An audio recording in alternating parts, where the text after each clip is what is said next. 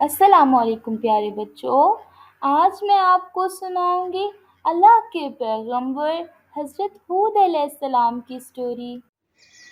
طوفان نوح کے بعد حضرت نوح علیہ السلام کے ساتھیوں اور ان کی اولاد نے دنیا کو آباد کیا۔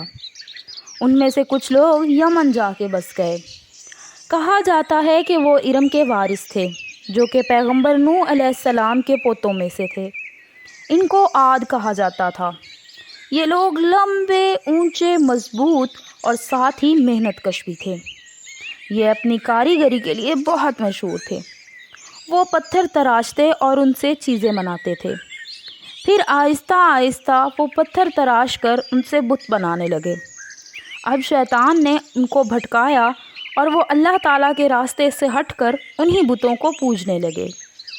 وہ لوگ پہلے تو بہت ہی اچھے مسلمان تھے اور اپنی کاریگری میں بہت ہی ماہر تھے، مگر چونکہ وہ بھی شیطان کے بہکاوے میں آ چکے تھے تو وہ پتھروں کو تراشتے اور پہاڑوں پر اونچی اونچی عمارتیں بناتے تھے، اور یوں وہ اپنا وقت اور اپنی کاریگری دونوں کو ضائع کرتے تھے۔ تب اللہ تعالیٰ نے اپنے پیغمبر حضرت ہود علیہ السلام کو ان کی طرف بھیجا۔ حضرت ہود علیہ السلام نے ان کو سمجھایا اور دین کی تبلیغ شروع کر دی۔ انہوں نے لوگوں کو بتایا کہ اللہ ہی ہے جس نے یہ زمین، آسمان، سورج، چاند اور ستاروں کو پیدا کیا ہے، اور تم لوگوں کا رب بھی اللہ ہی ہے، تو تم کیوں ان بتوں کو چھوڑتے نہیں ہو اور ایک اللہ تعالیٰ کی عبادت نہیں کرتے ہو؟ مگر وہ نہیں مانے اور وہ بولے کہ آپ کون ہوتے ہیں ہمیں یہ بتانے والے؟ تو پیغمبر نے فرمایا کہ میں اللہ کا پیغمبر ہوں، تمہاری طرف تمہاری ہدایت کے لیے بھیجا گیا ہوں، اور فرمایا کہ اگر تم میری بات نہیں مانو گے اور اللہ کی طرف نہیں آؤ گے تو مجھے ڈر ہے کہ اللہ تم پر عذاب بھیجے گا۔ عاد بہت ہی سرکش قوم تھے۔ وہ نہیں مانے اور بولے کہ ہم آپ کی بات کیوں مانیں، آپ تو جھوٹے ہیں۔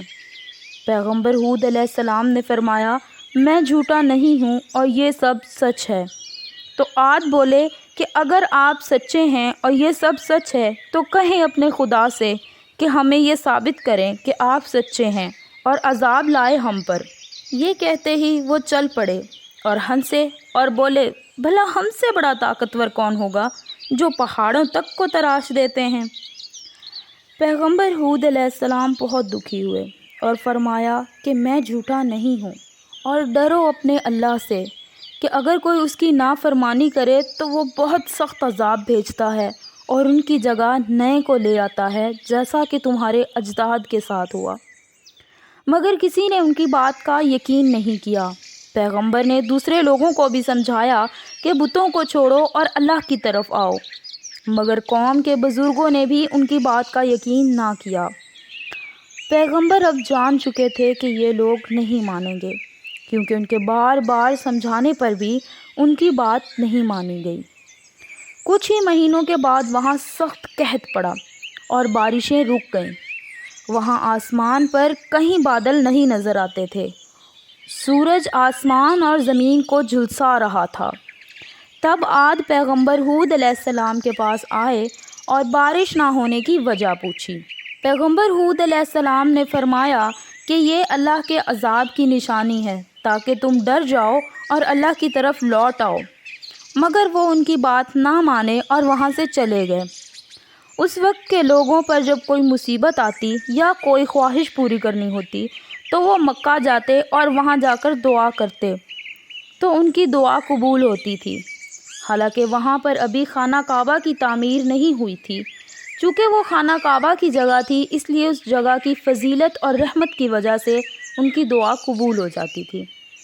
اس بار بھی عاد نے یہی فیصلہ کیا اور اپنے کچھ لوگوں کو مکہ بھیج دیا تاکہ وہ وہاں جائیں اور دعا کریں کہ وہاں بارش آ جائے۔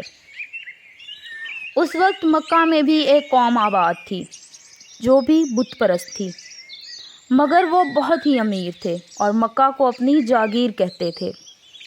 جب عاد مدینہ پہنچے تو اہل مدینہ نے ان کی خوب مہمان نوازی کی۔ انہیں طرح طرح کے کھانے، مشروب اور ان کے لیے رقص یعنی کہ ناچ گانے کا انتظام بھی کیا۔ یہ سب اسلام میں حرام ہے، اللہ تعالیٰ نے ان سے منع فرمایا ہے۔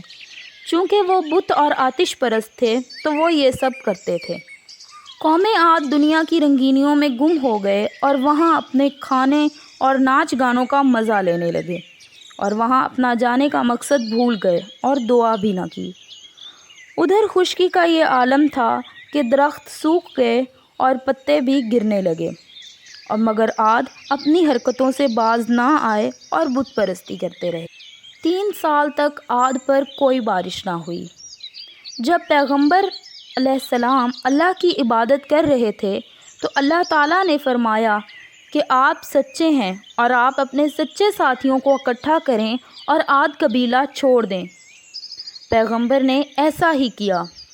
جلد ہی ایک بہت بڑا کالا بادل عاد کے اوپر نظر آنے لگا۔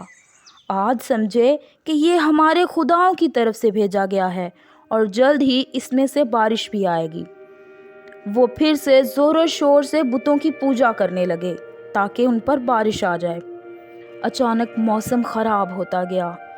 تپتی دھوپ میں ٹھنڈی اور سرد تیز ہوائیں چلنا شروع ہو گئیں، جنہوں نے پیڑ پودوں یہاں تک کہ انسانوں کو بھی ہلا ڈالا۔ یہ ہوائیں دن رات بڑھتی گئیں، حتیٰ کہ عاد جان گئے کہ یہ اللہ کی طرف سے ان پر عذاب ہے۔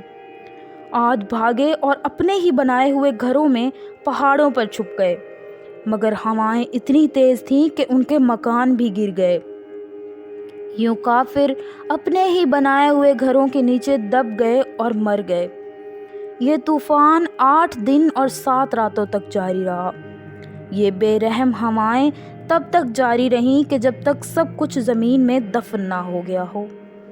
عاد قبیلے کے سارے کافر ختم ہو گئے۔ حضرت ہود علیہ السلام اور ان کے ساتھی حضر موت چلے گئے اور وہاں سکون سے رہنے لگے اور اللہ کی عبادت کرنے لگے۔ For more Islamic videos, subscribe the BB Kids and press the bell icon.